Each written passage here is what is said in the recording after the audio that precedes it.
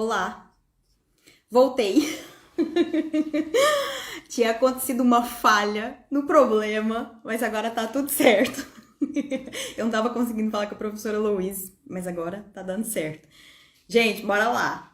Me confirma aqui agora se vocês estão me ouvindo bem, se estão me vendo bem outra vez. Boa tarde, sejam bem-vindos todos novamente.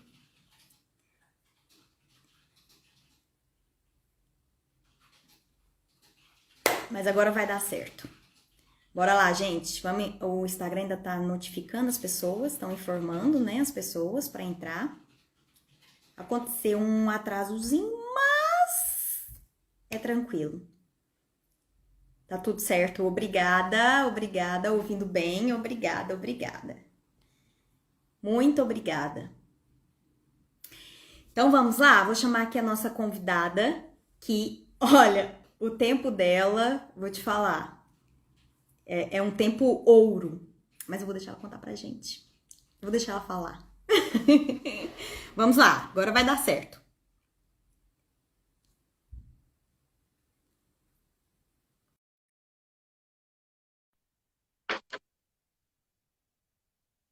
Olá! Oi! Agora tá tudo bem, tá tudo bem. Tá me ouvindo bem?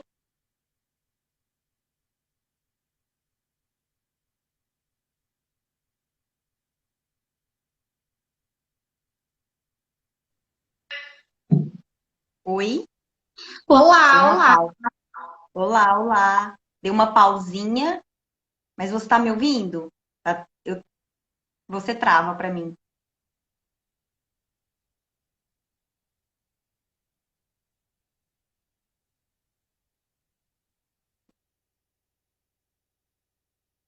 Oi, tá me ouvindo?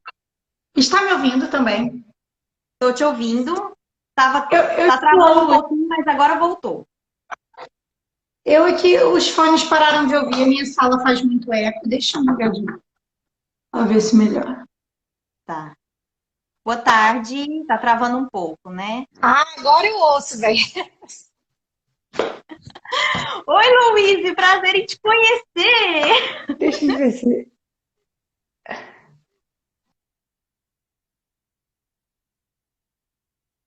A internet. Oi, oi.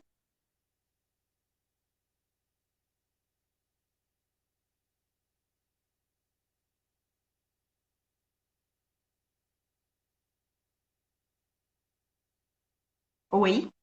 Voltou. Gente, não sei o que está acontecendo aqui. Às vezes a Isso foi tudo internet. combinado Gente, para que dar um. é isso?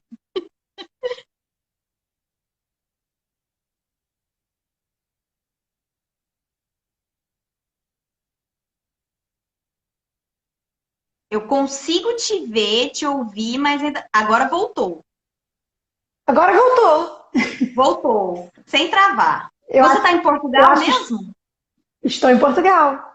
Ah, às Eu vezes eu acho é que o fico. meu Wi-Fi não está muito bom. E por isso coloquei a internet do próprio telemóvel a ver se fica melhor. Sim, sim, mas agora eu tô conseguindo te ouvir bem sem travar. Que bom. Prazer em te conhecer. Assim, É, a gente já se conhece há muito tempo.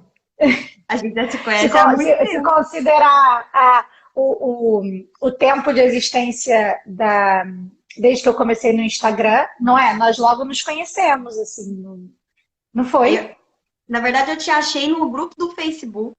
E aí, você contando lá no seu Instagram, e aí eu fui pro Instagram. E logo já comecei a conversar.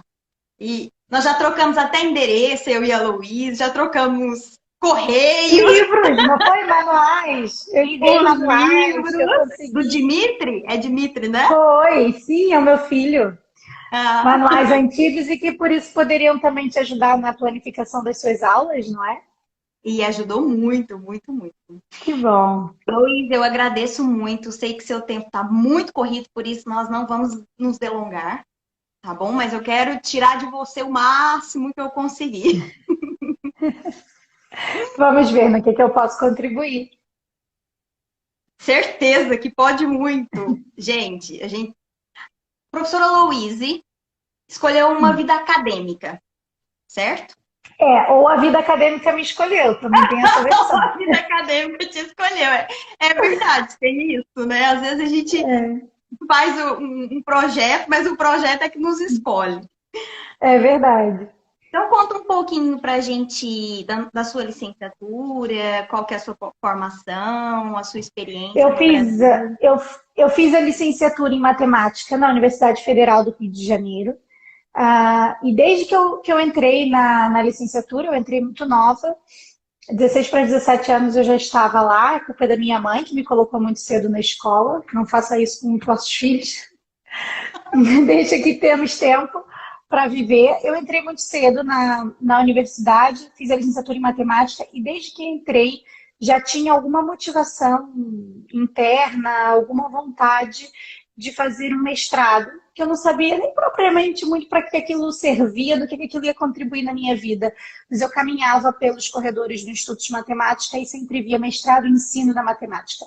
Como eu estava sempre muito voltada, não para ser uma matemática em si, não é? Mas para ser uma professora de matemática, pensar nas questões do ensino, eu via ensino da matemática e achava que aquilo era o meu caminho. E naturalmente foi assim, quando eu terminei a minha licenciatura, já assim no último período da licenciatura, né? Já me candidatei ao mestrado, entrei e fiz o mestrado lá em ensino da matemática. As bases que eu recebi da UFRJ foram muito preciosas, tanto para constituir quem eu sou hoje, não é? E não que isso seja algo clichê, porque realmente foi um processo muito importante. Mas eu não sabia naquela época, mas hoje, né, daqui de onde estou olhando para trás, eu vejo que ainda faltava alguma coisa para que eu pudesse encontrar as respostas que tanto eu procurava naquele percurso, mesmo que eu ainda não soubesse que estava a me questionar a respeito daquilo, né? Então, quando eu terminei o mestrado e pensei em fazer um doutoramento, no Rio de Janeiro ainda não tinha nada que estivesse no âmbito do ensino da matemática. Inclusive, no ano que eu decidi fazer o doutoramento, foi em 2015, porque eu terminei o mestrado em 2014, fiquei um ano ali a tentar ver o que eu ia fazer da minha vida. Foi na época que eu entrei no CAP da Universidade do Estado do Rio de Janeiro, no CAP da UERJ. Então, eu trabalhava ao mesmo tempo, foi uma experiência magnífica que me transformou enquanto professora, não é, de matemática, porque eu trabalhava com os meus meninos no ensino fundamental 2, não é? E no ensino médio, mas também trabalhava com os estagiários, trabalhava com futuros professores de matemática. Então, aquela foi uma experiência que me transformou, não é? Certo, eu aprendi a ser professora também no CAP da UERJ. E fiquei ali naquele período para tentar ver o que eu iria fazer, certo que iria para um doutoramento, mas qual? Nessa época, em 2015, abriu um novo doutoramento na UFRJ, no meu instituto, em parceria com o Instituto de Física, e que, portanto, era um doutoramento em ensino também, de matemática e física. Não sei se é exatamente esse nome. Eu fiz o processo seletivo, passei em todas as fases, no entanto, no meu projeto, não é que o meu projeto foi negado, mas não era dentro das áreas que eram trabalhadas, eu já não me lembro muito bem, mas eu me lembro que eu fiquei muito frustrada, porque, caramba, eu já estava na licenciatura e no mestrado.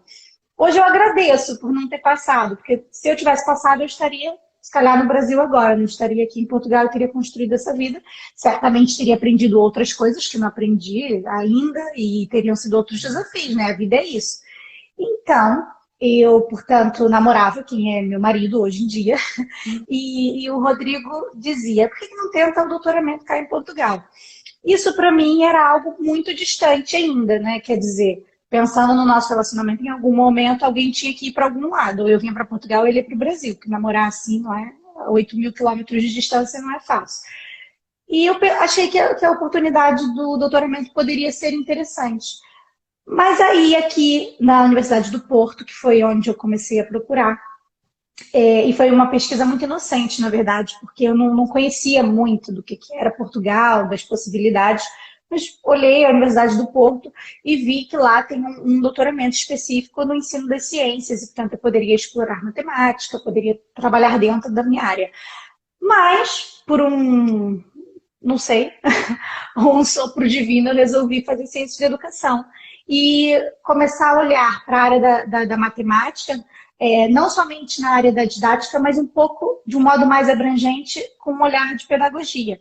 E não sendo propriamente pedagogia, fui para ciências da educação, fiz doutoramento. E foi exatamente aquilo que me faltava, hoje eu posso dizer isso com propriedade, que era aquilo que me faltava para conseguir encontrar as respostas que eu tanto me deparava quando refletia sobre o sucesso ou insucesso dos alunos na matemática, outros modos de organizar o nosso trabalho pedagógico, modos de ensinar, de aprender, de avaliar.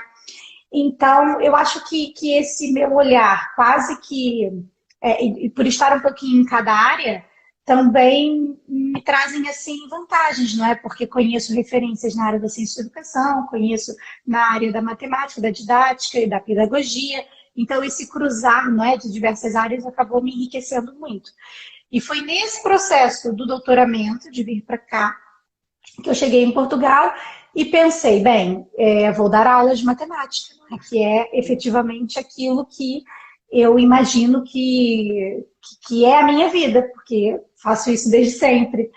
E não me imaginava fazendo outra coisa. Embora no Brasil, então eu tivesse dado aula nesses níveis que disse, também coordenei uma escola, também trabalhei em cursos preparatórios, enfim, participei de projetos, fiz investigação. Então, eu fazia de tudo um pouco. Claro, né, dentro da experiência de uma pessoa que tem um mestrado e de uma recente mestre. Quando eu vim para cá, na minha cabeça, quando eu vim para cá, isso é importante, eu continuei coordenando esse curso, então, que era um projeto meu, à distância. Então, tinha uma professora que ficou fazendo a coordenação presencial nesse curso e eu fazia a coordenação à distância. Aprendi muito, aprendi imenso nessa aventura.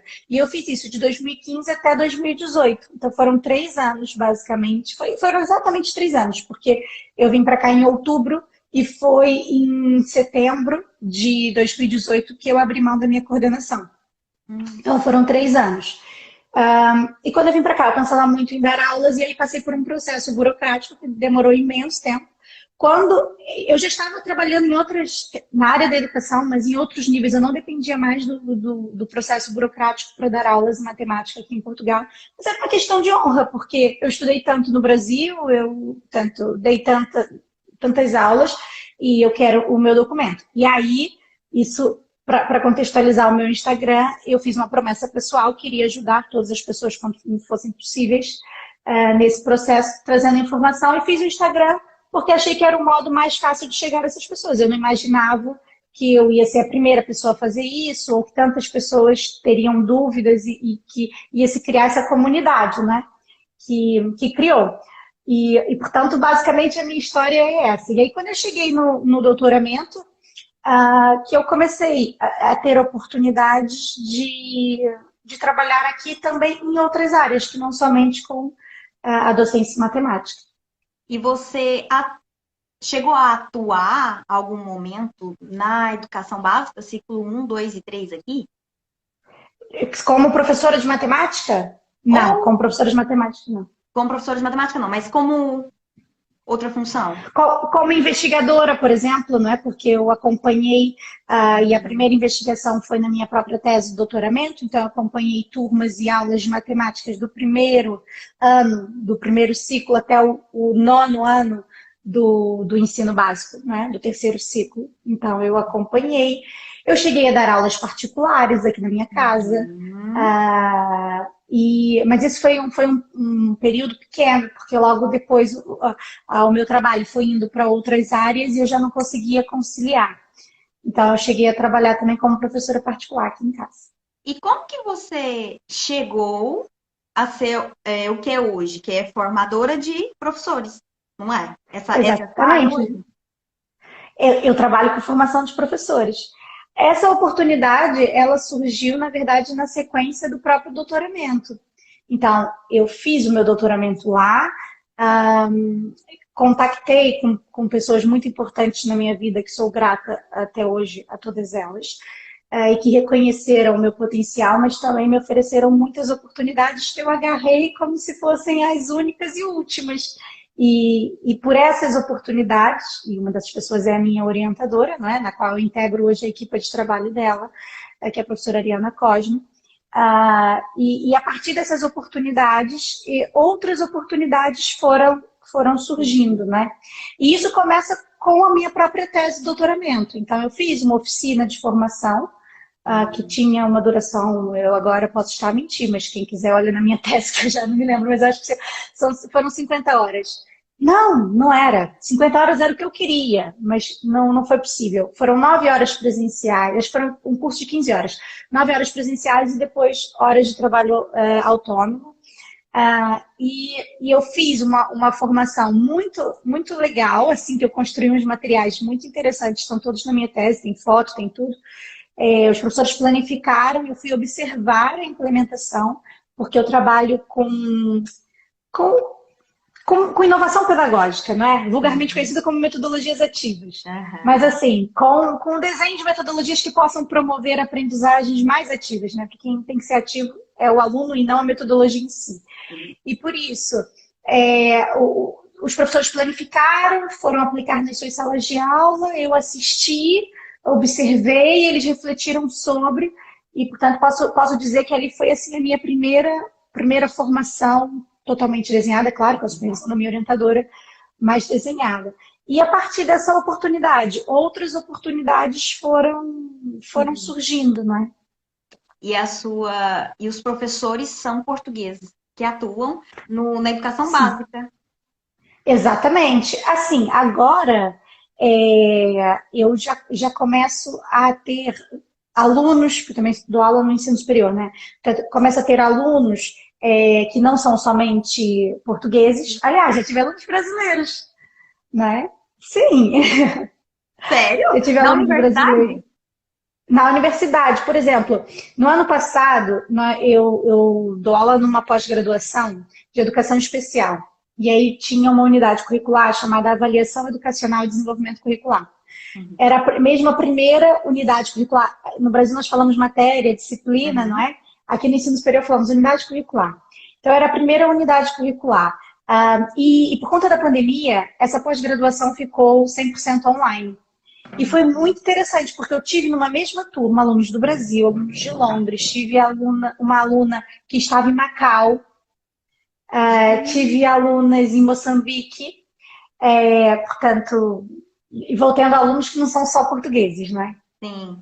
É assim, mas a língua ministrada na aula é português. É português, sim. Nessa especificamente, sim. Depois, participo em alguns programas Erasmus, né? No finalzinho do ano letivo passado, por exemplo, fiz uma conferência no âmbito de um Erasmus e tinham professores de outros países. Então, aí vai dependendo do que vai aparecendo, né? E a gente vai assumindo os desafios. Gente, eu acho isso fantástico. Sabe por quê? Mas na maior parte são portugueses, sim. Na maior parte são portugueses. Sim. E eu fico assim admirada, porque eu acho muito possível, porque é uma professora brasileira. Você é uma professora que veio do Brasil, é brasileira e teve essa oportunidade. É claro que existem várias situações que acontecem às vezes de ir contra isso. Mas porque assim, eu me inspiro nas histórias. Pra mim, eu me inspiro. Então eu fico assim, o seu Instagram, depois que eu encontrei, muitas pessoas falam isso do meu Instagram, mas o seu Instagram foi algo assim que me deu um olhar de que, nossa, é possível. Alguém conseguiu, então eu vou tentar. Claro que não vai ser igual, porque não é igual para ninguém. Cada um tem as suas dificuldades, né? Por exemplo, até hoje eu não fiz um reconhecimento simplesmente pelo fato de eu ter medo de perder o dinheiro, que não é, que é muito. Então, eu não sinto ainda confiança, mas essa é uma dificuldade minha. Então, assim, mas eu sei que é possível. Mas aí eu fico admirada de ver uma professora brasileira, hoje doutora, né? E tendo essa oportunidade, né? Não, eu acho isso uma representação linda. Não, eu tenho pena de... Porque eu não ligava muito pro Instagram, sabe? Aliás, eu só ligava para fazer minha tese, né? Porque tendo 2 filhos, morando numa cidade em que eu não tenho ninguém, eu só ligava para fazer a minha tese. Mas eu tenho pena de não ter mostrado, assim, desde o início, sabe? E nós já falamos sobre isso, sobre o meu receio que eu tenho da minha fala ser uma fala irresponsável e parecer que estamos a vender, entre aspas, um sonho, não é? Ah, Europeu. sim. Venham para cá e Não, que vai dar sim. tudo certo. Porque eu gostava assim de ter apresentado todo o meu percurso desde quando eu cheguei e dos desafios que eu passei, né, e das coisas, porque até conto isso em outras lives e nos meus destaques, que até no processo de reconhecimento eu perdi dinheiro que eu nem tinha na época para perder, não é? Então, eu não gostaria que outras pessoas passassem por isso. É nesse sentido que eu nunca opino, porque eu recebo muitas mensagens assim, acha que vale a pena ir para ir ser professor? Eu não posso opinar sobre isso. Por quê? Porque cada um tem um contexto. Ou mesmo quando me perguntam se é caro ou é barato. Sei lá quanto que a pessoa ganha para saber que cara é. Se eu for riquíssima, se calhar é barato. Não é? Para mim foi tudo caro. Por isso que eu falo que são experiências. Experiência, É, cada um tem a sua. é um processo muito subjetivo. Então, o que eu vejo nos grupos são ou pessoas dizendo, não venham porque é muito difícil, é impossível. Ou tem pessoas dizendo, venham que é maravilhoso. Né? Então, assim, não é querendo ser a pessoa neutra, porque neutralidade não existe, e isso não tem nada a ver comigo, mas nós temos que ser responsáveis na nossa fala. Então, assim, para quem decidiu vir, seja lá quais são os motivos, venha de forma legal, esteja informado dos desafios e saiba das possibilidades, né? Se eu tivesse eu mesma hoje, no início, para me informar, a minha própria vida teria sido mais fácil. É isso que eu quero colocar para as pessoas, ajudar, não é? E, sobretudo, que é o meu grande desejo, é que seja reconhecido, portanto, que os professores brasileiros, que as professoras brasileiras, que nós, educadores e educadoras, temos muito a contribuir. No Brasil, sim, para uma educação pública de qualidade, para garantir o sucesso de todos e cada um dos alunos, ou em qualquer outro lugar do mundo que nós efetivamente estejamos, não é? Então, hoje mesmo eu via uma postagem da Isa, que foi também uma das minhas primeiras seguidoras, e eu já não me lembro, porque ela mudou agora o nome do Instagram dela, mas acho que ela é a Isa. E ela está a começar um projeto agora de dança, da professora e dá aulas de dança. E ela dizia assim, caramba, no início de tudo isso, diziam, ela é muito brasileira. E assim, como eu vou deixar de ser brasileira? Eu vou continuar sendo, né, também. Eu nunca ouvi ela é muito brasileira, mas assim, já ouvi discursos semelhantes. E a questão é que, muitas vezes eu falo que eu tenho pena de efetivamente, às vezes, a minha fala já não ser o carioquês que eu tinha quando cheguei aqui, não é? Porque eu estou cá há 6 anos e, ó, já estou cá, não estou aqui, né? Estou cá há 6 Mas é anos. normal, é. E é normal, mas eu queria ser reconhecida e sou ainda, não é? Como? A brasileira não como pejorativo, porque depois também já ouvi uma outra coisa que tu és brasileira, mas é uma brasileira diferente, Já não ouvi. é? Não, que brasileira é diferente? Quantas brasileiras existem, não é? Cada uma é de um tipo e eu sou esta. Sim, as pessoas são diferentes.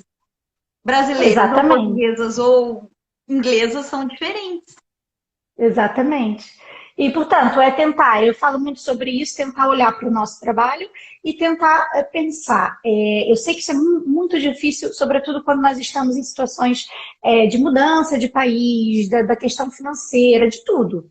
É muito difícil o que eu vou dizer, e aqui é o olhar de uma pessoa privilegiada, de uma pessoa que agora já está com uma vida mais tranquila, que já respira, não é? Mas vai falar com muita responsabilidade. Mas tenta sempre pensar assim, ao invés de eu preciso dar aula como professora, pensar como é que eu posso contribuir sendo professora? Ou como é que eu posso mostrar para eles que eu efetivamente, não é, sei para onde vou? Que é a pergunta que eu costumo fazer para as pessoas. Ok, vocês estão com um processo feito, não é? Mas e agora? Vão entrar numa sala de aula e vão fazer o quê? Não é? Qual é o currículo? Qual é a legislação? Aqui. Continua. Quais são os modos de trabalho, não é? Como é que se organiza? Quer dizer, com que propriedade você vai falar sobre isso? Ou você vai entrar, como você... Quer dizer, você nem... Vamos supor, se hoje sair aqui o documento, né? Ok, muito bem. Você nem entra como se fosse seu primeiro dia de aula no Brasil, porque no Brasil você teve uma faculdade que teve uma legislação sobre a educação brasileira, vocês estudaram sobre o processo histórico brasileiro, é que você ganha o papel e o que, que você conhece da educação portuguesa. Então, olha a nossa responsabilidade enquanto educadores, enquanto professores que vão impactar na vida de outros meninos, sejam eles de quais nacionalidades forem, né? Portanto, a nossa responsabilidade, não é? Da manutenção da qualidade das nossas práticas, do nosso trabalho, do nosso discurso. E é por isso que eu digo sempre, e agora, com isto da pandemia e da quantidade de formações online e gratuitas, eu vivo a dizer, pelo amor de Deus, acompanhe. Tem webinar, tem seminário, tem formação. Façam, se inscrevam, porque efetivamente vocês vão conseguir ter acesso a um conjunto de informações que são extremamente válidas para que depois vocês possam desenhar as vossas aulas e possam tanto defendê-las, não é? Sim. De que elas estão a contribuir para a vida dos nossos meninos e meninas. Sim, e isso que você falou, eu ouvi você falando essa frase em alguma live, que eu já assisti todas várias, mais de uma vez. E eu ouvi, e eu levo isso aonde eu passo, que é a questão do como eu posso contribuir para a educação portuguesa, já que eu estou aqui. E eu quero fazer o meu nome aqui. Não na questão de, nossa, que ambiciosa, não. Mas mostrar que eu, como professora brasileira, eu tenho para contribuir. E eu carrego isso aonde eu vou.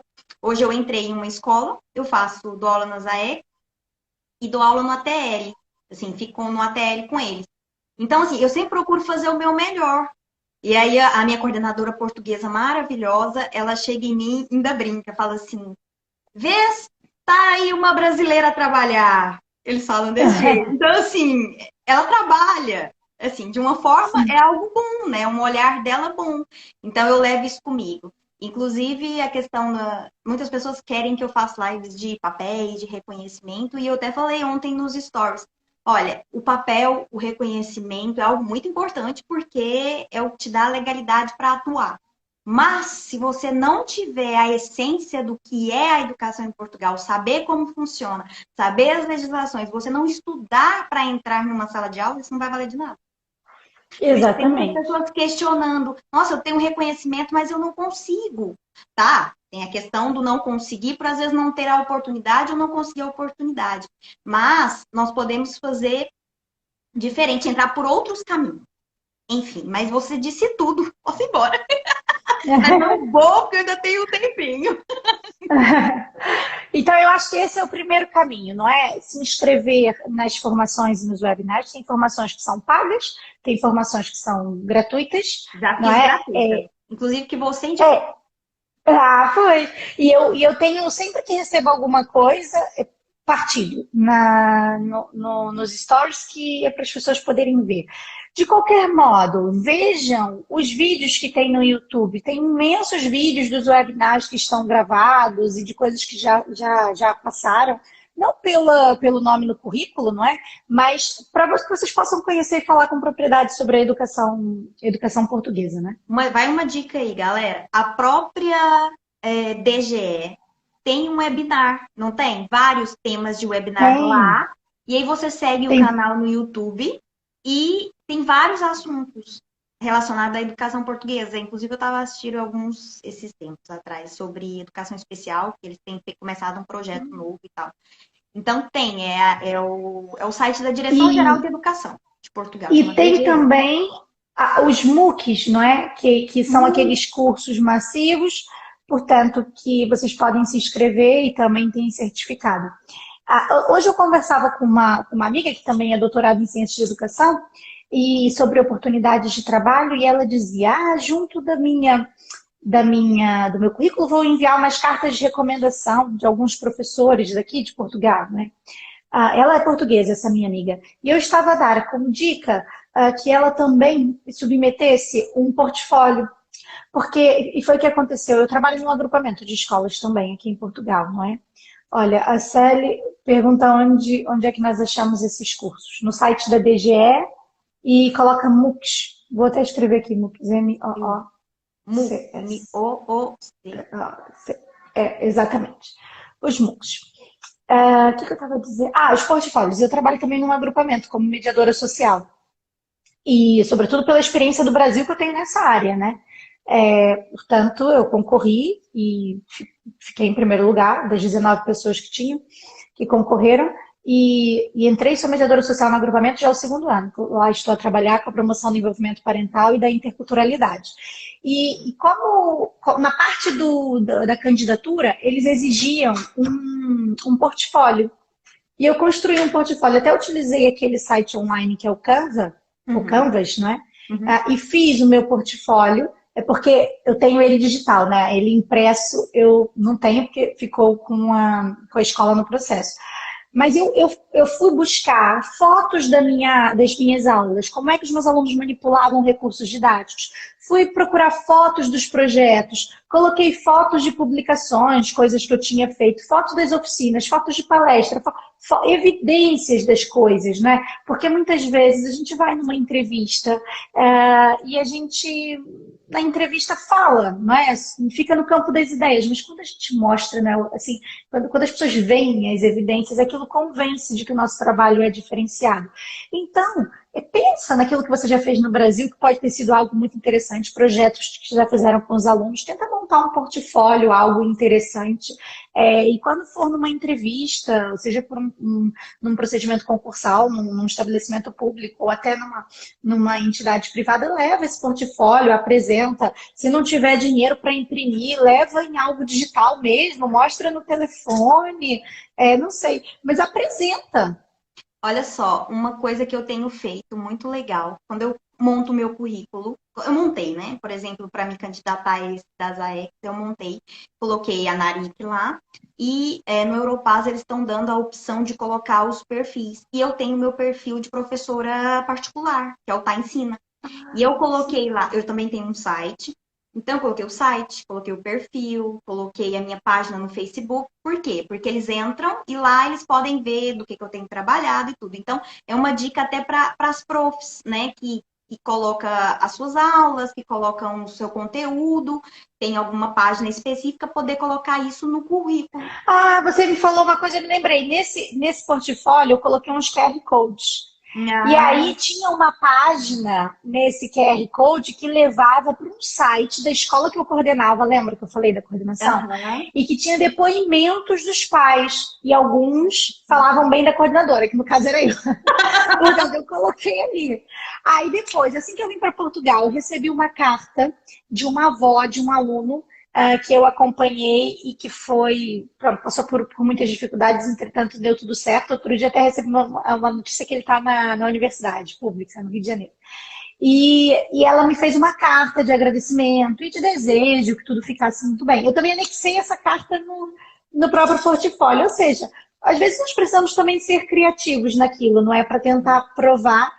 Porque nem sempre a gente ter participado de 123 palestras, ter publicado 42 artigos, significa que nós estamos aptos a criar um trabalho pedagógico interessante e comprometido com o sucesso dos nossos alunos, não é? Com certeza. Olha, eu queria que você me explicasse um pouquinho, uma curiosidade minha, que surgiu agora já trabalhando, com relação aos agrupamentos. Claro, se você souber.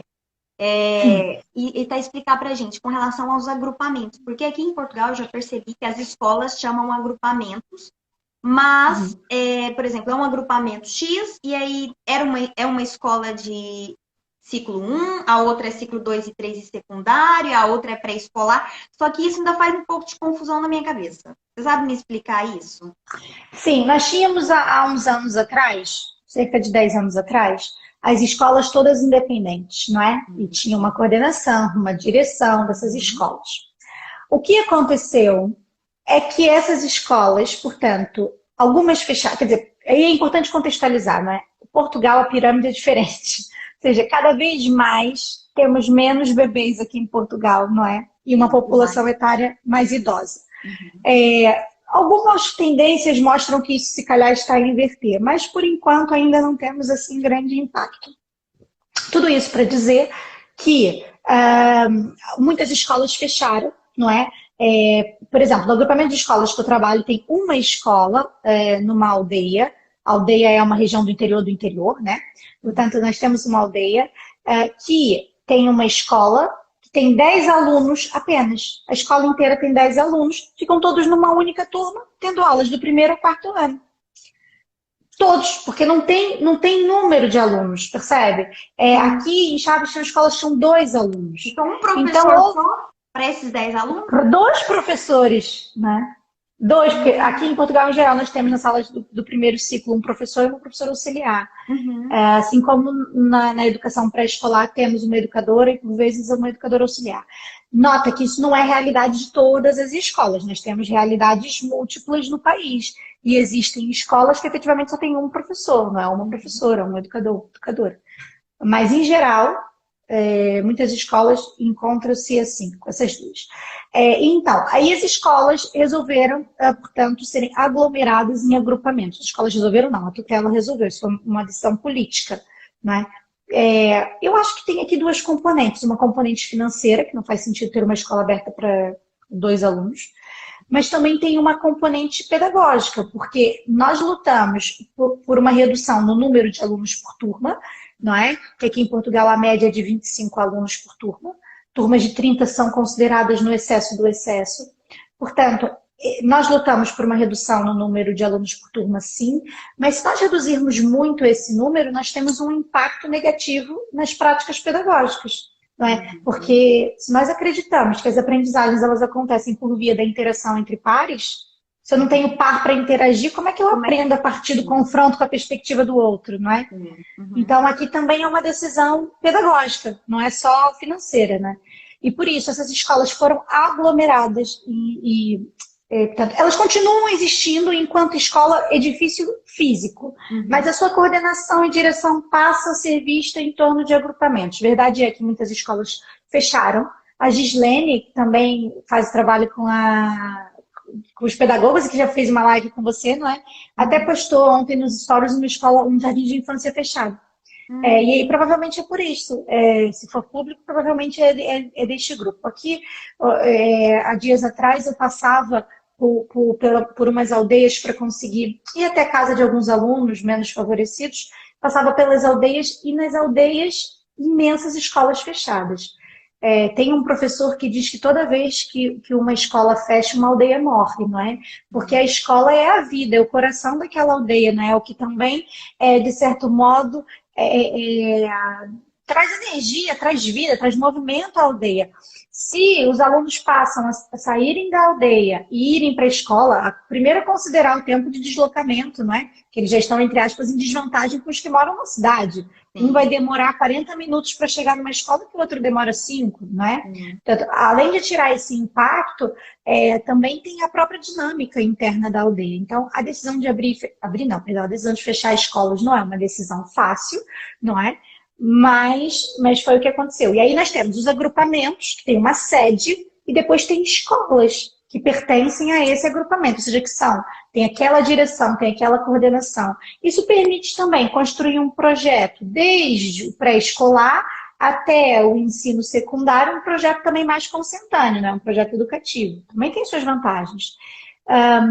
E depois, a organização dessas escolas depende muito. Existem alguns agrupamentos que têm escolas que, na verdade, só jardins de infância. Minha filha estuda nunca só jardim de infância. Mas o meu filho estudou nunca era jardim de infância, mas primeiro ciclo. Nós temos escolas que são só segundo ciclo. Nós temos umas que são primeiro e segundo, tem umas que são segundo e terceiro. Tem umas que são só segundo, tem outras que são terceiro e secundário. Aí depende. Eu acho que tem a ver também com a estrutura e com as estruturas físicas dos espaços, né? Para que possam tomar essas decisões. Sim, entendi. Com relação, eu vou deixar a pergunta dos livros por último. Com relação às metodologias. Você estava falando que você trabalha com formação em metodologias ativas, né? Sim.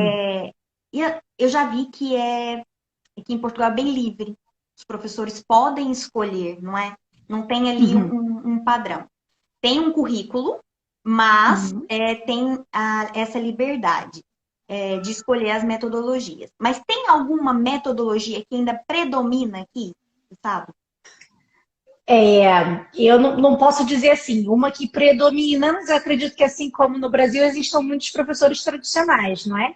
Nós vamos acompanhando um movimento de transformação, sobretudo por conta desse projeto que existe aqui em Portugal, que se chama Autonomia e Flexibilidade Curricular.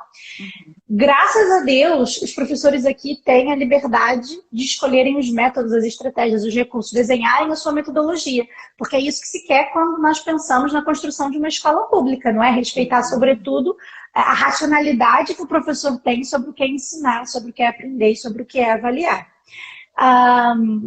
Portanto, que bom. Mas nós temos um projeto de autonomia e flexibilidade curricular que é regido, sobretudo, na verdade começou no ano letivo 2000 foi em 2017, 2018, exatamente, começou em 2017, em que teve um projeto piloto com mais de 230 escolas agrupadas e não agrupadas, que assumiram o desafio de flexibilizarem até 25% do currículo. E existem algumas opções pedagógicas que se podem flexibilizar. Depois de um ano de experiência nesse projeto piloto, por um acaso a minha tese foi desenvolvida neste tempo de mudança paradigmática aqui em Portugal. A partir de 2018, portanto, foi legislado, nós temos o Decreto-Lei, o 54 de 2018, que depois foi, portanto, alterado pela Lei 116 de 2019, que estabelece os princípios para se pensar numa escola verdadeiramente inclusiva. Quando falamos de inclusão, estamos a falar para todos, não somente para um grupo específico de alunos, então estamos a pensar em práticas que promovam o sucesso educativo de todos e cada um dos nossos alunos, e essas práticas passam pela diferenciação pedagógica. Então, por aí, nós já conseguimos pensar que não pode ser sempre ensino tradicional, porque, efetivamente, se nós queremos, não é uma diferenciação pedagógica, eu não posso ensinar tudo a todos como se de um só se tratasse, né? Sim. Como assim diz. Portanto, o 54 preconiza os princípios de uma escola verdadeiramente inclusiva. Ele acontece antes do Decreto-Lei 55 de 2018, não é só porque o 54 vem antes do 55, mas é porque, para a gente pensar num projeto e na gestão curricular, nós não podemos ignorar que essa escola tem que estar comprometida com o sucesso de todos e cada um. Portanto, a inclusão, ela precede qualquer outra decisão curricular. Né? E, portanto, o 55 ele surge nessa sequência. Com o nosso Decreto-Lei 55, e aí tem a nossa EFC, que é Autonomia e Flexibilidade Curricular, nós temos diversas opções de trabalho pedagógico, nós temos opções curriculares. Não estou a utilizar as terminologias corretas, que é para, se calhar, ficar mais claro para quem está a me compreender, percebe? Mas, portanto, vocês podem, lá quando nós lemos o nosso 55, nós vemos assim um apelo muito grande ao trabalho prático, experimental, à comunicação, à pesquisa, à exploração. Portanto, o nosso 55, já no iniciozinho, ele diz que o 55 estabelece os currículos dos ensinos básicos e secundários, de modo que os alunos aprendam, portanto, adquiram seus conhecimentos, mas também desenvolvam, não é, as suas capacidades e atitudes de modo a alcançarem as áreas de competências que estão preconizadas num perfil dos alunos a saída da escolaridade obrigatória, que é um outro documento pequenino, curtinho, tem pouquinhas páginas, nós lemos rápido. E é um documento que diz, caramba, depois de tantos anos de escolaridade obrigatória, são 12 anos de escolaridade obrigatória, e mais os 3 anos do pré-escolar, não é para quem assim faz parte. Qual é o perfil dos alunos que saem daqui da nossa escola? Quais são os princípios que devem reger as nossas práticas pedagógicas, não é? Como se fossem quase os pressupostos. Quais são os valores que estão subjacentes a esse trabalho? E quais são as áreas de competências que devem ser mobilizadas e desenvolvidas, portanto, pelos nossos alunos ao longo dessa escolaridade? E por isso, nós temos ali 10 áreas de competências. E essas competências, elas não surgem no vazio, né? Eu só penso criticamente se eu tiver um conhecimento profundo da área que eu vou pensar criticamente. A resolução de problemas é a mesma coisa, comunicação, sensibilidade estética e artística, autonomia, enfim. Todas as áreas, o bem-estar, a consciência e domínio do corpo, enfim. As diversas áreas de competências que nós temos. O que acontece? Nós temos portanto, um corpo curricular, sobretudo orientado por esses documentos que falei, mais as aprendizagens essenciais, que no artigo 17º do 55 nos diz que as aprendizagens essenciais são um documento de referência para a planificação, para a operacionalização e para a avaliação das aprendizagens. Então, a gente olha para as aprendizagens essenciais, sim. Ou seja, as aprendizagens essenciais seria o nosso BNCC. É quase isso. A nossa BNCC é quase que uma mistura das aprendizagens do perfil dos alunos e das outras orientações e da estratégia de cidadania. Ok. A nossa BNCC é quase que um documento só. E aqui nós temos os documentos em articulação, não é? Tem um que encaixa com o outro, né? Sim. Um encaixa com o outro, eles dialogam, né? Então, nós temos as aprendizagens essenciais e, portanto, é a partir das aprendizagens essenciais que nós vamos realizar as nossas opções e decisões pedagógicas. Que eu vou pensar, bem, o Teorema de Pitágoras, como é que eu vou ensinar o Teorema de Pitágoras? Mas eu tenho que me lembrar que o meu aluno, depois de X anos de escolaridade, precisa desenvolver determinadas competências. Então, eu só vou ensinar sobre o Teorema de Pitágoras, vou dar uma série de exercícios, meus alunos vão repetir aqueles exercícios mecanicamente. Não é? Será que os meus alunos vão dizer que sabem o Teorema de Pitágoras porque sabem a fórmula? Porque realizaram uma memorização, sobretudo a crítica? Ou eles vão refletir sobre, eles vão dialogar, eles vão discutir, não é? Vão entender o erro como oportunidade de aprendizagem, por isso nós precisamos respeitar a coautoria do aluno nesse processo, temos que criar um ambiente amistoso para que o aluno possa estar confortável portanto, para errar, né? Porque a gente só não tem vergonha de errar quando não estamos numa competição, não é? Se a sala de aula é um ambiente competitivo, o professor Sérgio Nisa, que é uma outra referência portuguesa, ele nos diz, portanto, é o precursor do movimento da escola moderna, do MEME, que tem os sábados pedagógicos abertos, portanto, vocês podem se inscrever, Movimento da Escola Moderna, Portugal, podem se inscrever e fazerem parte lá dos ciclos de debate e dos sábados pedagógicos. E o professor Sérgio Nisa diz que a competição é uma força destrutiva.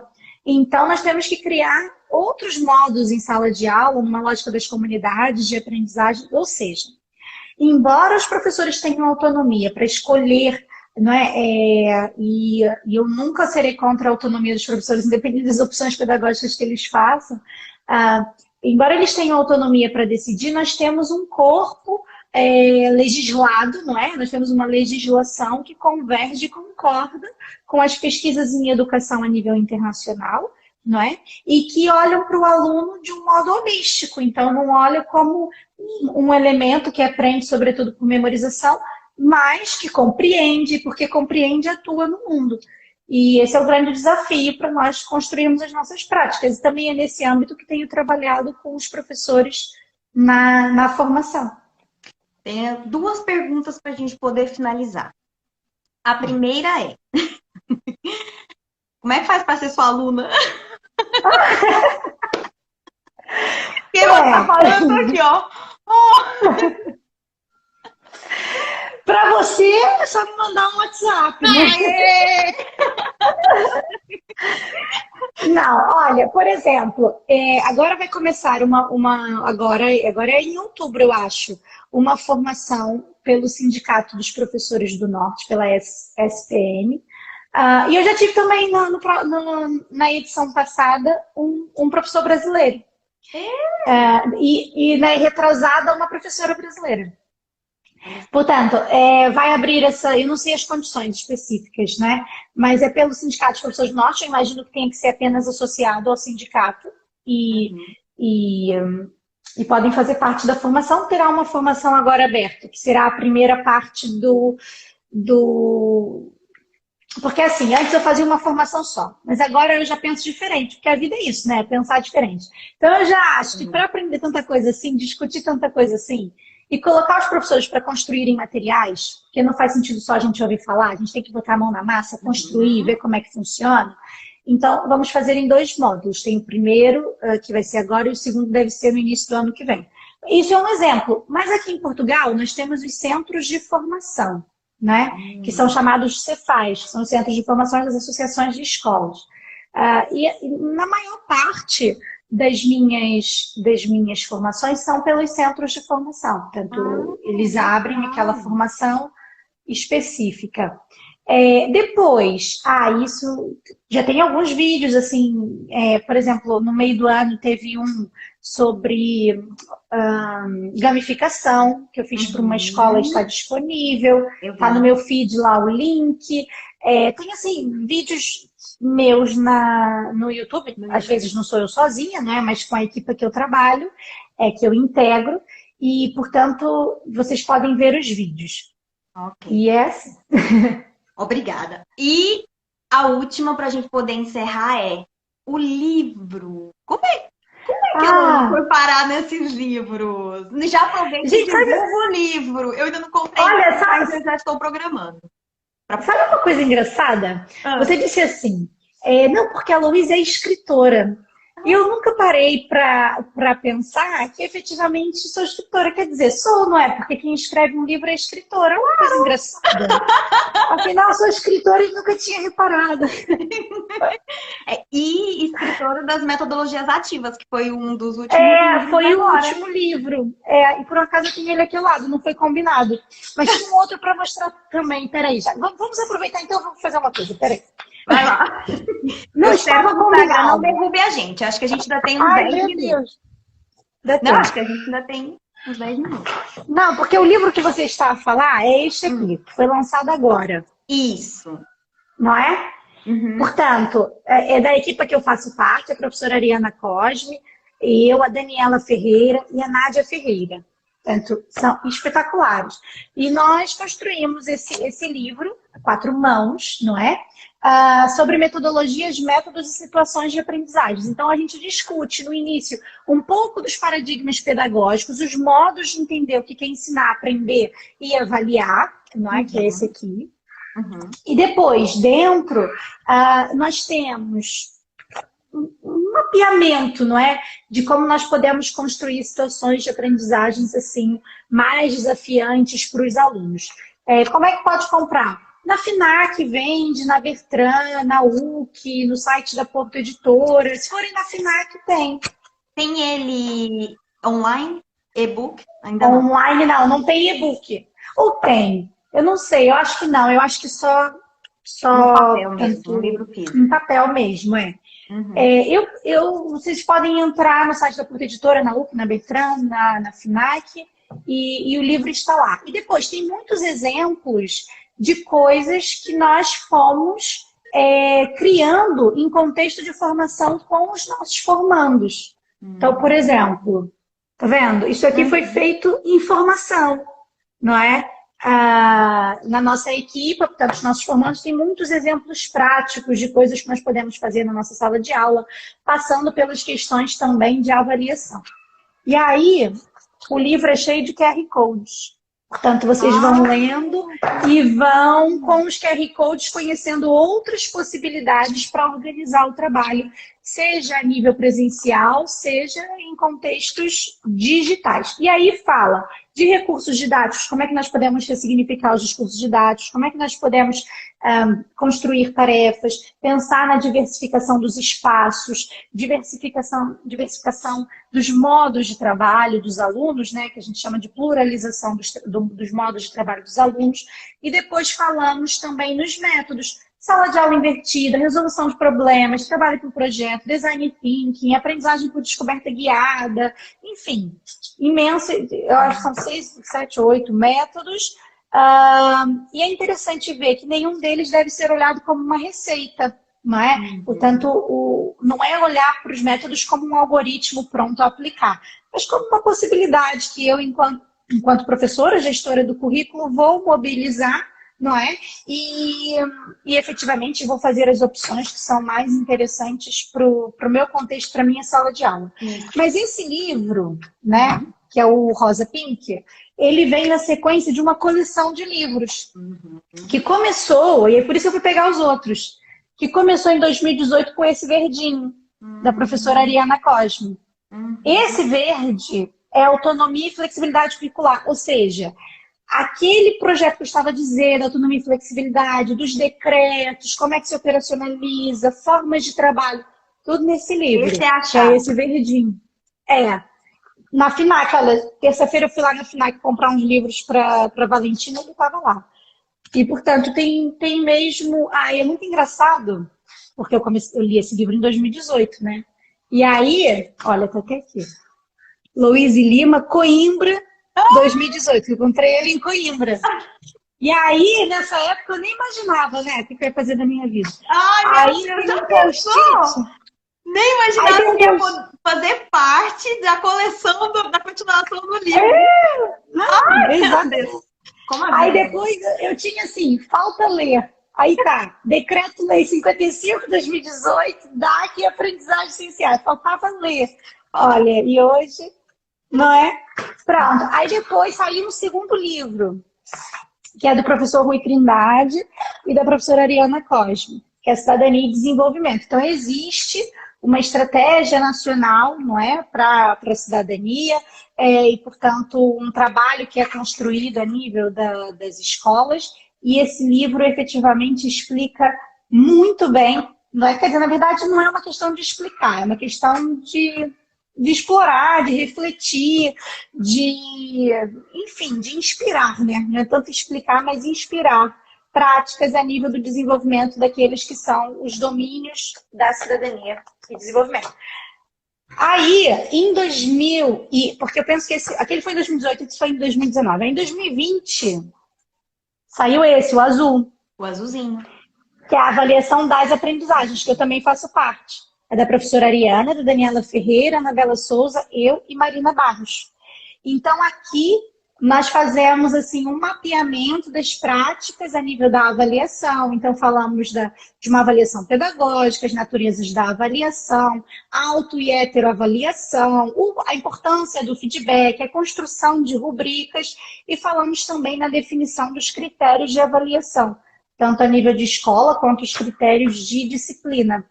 Pronto, e aí esse livro já está assim, mais associado às questões da avaliação, que por um acaso tem sido uma discussão nos últimos anos importante aqui em Portugal, e que eu até acho que, com a minha cabeça, né, de brasileira, de quem trabalhou no Brasil, a nossa avaliação no Brasil ainda está muito próxima daquilo que é classificação, não é? E aqui nós estamos a pensar numa avaliação de caráter mais pedagógico, ou seja, aproximando a avaliação ao ensinar e aprender. Até diria mais, não é nem tanto aproximar, mas integrar ao ensinar e ao aprender. Portanto, acho que é interessante. Aí essa é a coleção, olha. Deixa eu ver. Gente, olha isso. Então, afinal, eu sou escritora. Eu nunca tinha pensado nisso. Afinal, você é escritora. Não, e outra, olha, isso é engraçado. segredo, isso é a chave. Você conseguindo, acho que um professor brasileiro conseguindo ler, né, e absorver, na verdade, 4 desses volumes, claro que tem mais N materiais, mas esses 4 volumes, cara, isso é um professor Exato. top. E na legislação, no nosso 54, no nosso 55, ver o perfil dos alunos, olhar as aprendizagens essenciais, fazer webinars, ir atrás de formação, é a chave para que vocês possam compreender melhor a estrutura da educação aqui, como é que vocês vão planificar aulas que sejam interessantes. E mesmo que vocês ainda estejam no Brasil, por exemplo, não é? Beneficiam de outros olhares, de outras perspectivas, para que vocês possam também ressignificar as próprias aulas, não é? E quando estou a falar dos decretos e dos webinars, não é? Que eu penso que são importantes, uma mais-valia na formação contínua de qualquer professor, independente de ser português ou brasileiro. Ser professor é ser professor independente de onde você está. É isso, exatamente. É por isso que, se calhar, eu não me considero escritora, porque eu sempre me considero professora. É engraçado isso, né? Porque você não escreve, você ensina através do livro. Ai, se calhar. E aprendo, não é? Ensina e aprende, é verdade. É um exercício de muita aprendizagem. Eu nunca me esqueço a primeira vez que me chamaram de professora. Eu não era professora ainda, ou era, não é? Porque a gente não precisa propriamente de um papel do diploma para ser professor, né? Mas tanta gente, entre aspas, não é? Atua como sendo professor sem o ser. Portanto, eu era professora e eu não era professora, eu era monitora, então eu estava no segundo período da faculdade. E eu chegava num colégio, que também foi a minha casa, foi o primeiro local que eu trabalhei, que é o Colégio Intelectos, no Brasil, no Rio de Janeiro. E eu cheguei lá no Meyer, nunca me esqueço, Rua Oliveira, número 9. Já não está mais lá o colégio, mas eu nunca me esqueço. Eu, inclusive, estive no Brasil agora no meio do ano, passei por essa rua e chorei, chorei, chorei copiosamente. Eu nunca imaginei ter chorado tanto por ver uma rua. E eu lembro de entrar no Intel e pegar a folha de ponto, não é, para escrever o meu horário, e o inspetor falar algo assim: calma aí, professora, já vou pegar a folha. E eu, professora, meu Deus, era tudo que eu queria na minha vida, era ser professora. Sei lá, tinha 17 Como anos. assim? Eu sou professora. É tipo um filho, não é? Quando não fala mãe, a gente quer que fale, depois fica, ai meu Deus, para de me chamar, por favor. Depois era professora, não sei o tempo. Eu achei engraçado, eu tive essa sensação legal quando me chamaram aqui em Portugal. Porque aqui não existe tia, né? Como no Brasil é tia pra cá, tia pra cá. Aqui é professora Tainara, professora Patrícia, professora Louise. Então, às vezes, eu chegava na escola e eles chegavam, professora Thay, tipo, 2, 3 anos, professora Thay. E eu, como assim, professora Thay?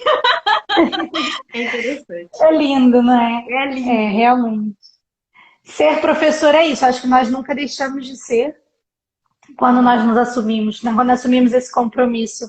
E para mim o compromisso de ser professor é não deixar ninguém para trás, né? É estar comprometido com o sucesso de todos e cada um dos nossos alunos, é fazer o melhor que eu posso, mas aí eu tenho que lembrar aqui as palavras de Paulo Freire, que não é fazer o melhor que eu posso num ativismo cego, né? Ou seja, eu vou fazer o melhor que posso. Não, é fazer o melhor que posso, mas numa unidade dialética com a teoria. Então, a minha prática e a teoria, elas conversam. Então, eu faço cada vez o melhor que posso com base em tudo aquilo que a literatura tem para me mostrar que funciona mais ou menos, não é?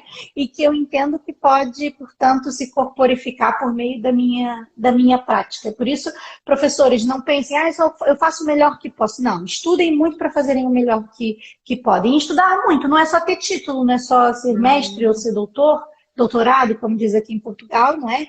Mas é vivenciar um momento em que a teoria te atravessa, né? Então, isso é experienciar. Eu aprendi isso com uma professora também, brasileira, que fez doutoramento aqui, a professora Daniela Semani, que também tem um canal muito interessante chamado Conexões em Conversa, se eu não estou enganada, e que traz teóricos, professores e práticas de escolas excepcionais. Depois eu posso partilhar, tá? Para você divulgar. Eu divulgo no meu também. E a professora Daniela me ensinou esse conceito do que é a experiência. Nós só experienciamos algo quando aquele algo nos atravessa. Então não é só porque eu vivi, né? Mas é porque aquilo teve um significado para mim. Eu atribuí um significado. Então que nós possamos, enquanto professores, termos essas experiências de ações, de elementos, de conteúdos que possam nos atravessar e que nós possamos mobilizar para nossa prática, né, efetivamente. Outro que também é interessante é o Observatório de Vida nas Escolas, da Faculdade de Psicologia e Ciência da Educação da Universidade do Porto. Tem seminários, tem conferências mensais, não começa agora, vai começar ali para janeiro, mais ou menos. Então, todo mês há uma conferência, elas ficam gravadas, estão no YouTube da FPCEU, Faculdade de Psicologia e Ciência da Educação da Universidade do Porto, e depois, no meio do ano, há um seminário. Foi tudo online no ano que passou, teve o seminário, inclusive eu até lá participei de um workshop, dinamizei um workshop, tá aí uma outra oportunidade para ser meu aluno. E tudo gratuito, com certificado e com garantia de aprendizagens, porque são pessoas muito, muito interessantes, não é, que passam por lá. Prepare-se, uma hora você vai ver minha cara lá. Talvez eu conheça essa aluna. Louise, muito Olha, a Ananda obrigada, diz meu assim, Deus, eu não encerraria essa a live. Ananda diz que não consegue anotar tudo, mas vamos tentar deixar gravado, não, pai? Você vai fazer Sim, o não, download. vai ficar gravado. Vai ficar gravado aqui, a gente vai rever, porque eu também não anotei nada. A live eu vou pegar depois, reassistir e anotar tudinho. Eu agradeço. Louise, pela sua oportunidade. Eu sei que seu tempo vale ouro, mas as suas informações, meu Deus. Gente, podemos ir embora agora. Podemos ir e cada um pega a sua malinha e começa a estudar. Eu agradeço mesmo e eu desejo tudo de melhor para você, para sua carreira que já tem acontecido. Nós conseguimos ver os frutos dela, que é lindo e que nos inspira, me inspira. Estou falando como professora. E eu agradeço mesmo, muito, muito. Eu sou muito grata e eu acredito que contribuiu muito, muito para nós professores e que ajuda, assim, muitos outros professores. Você é uma professora linda.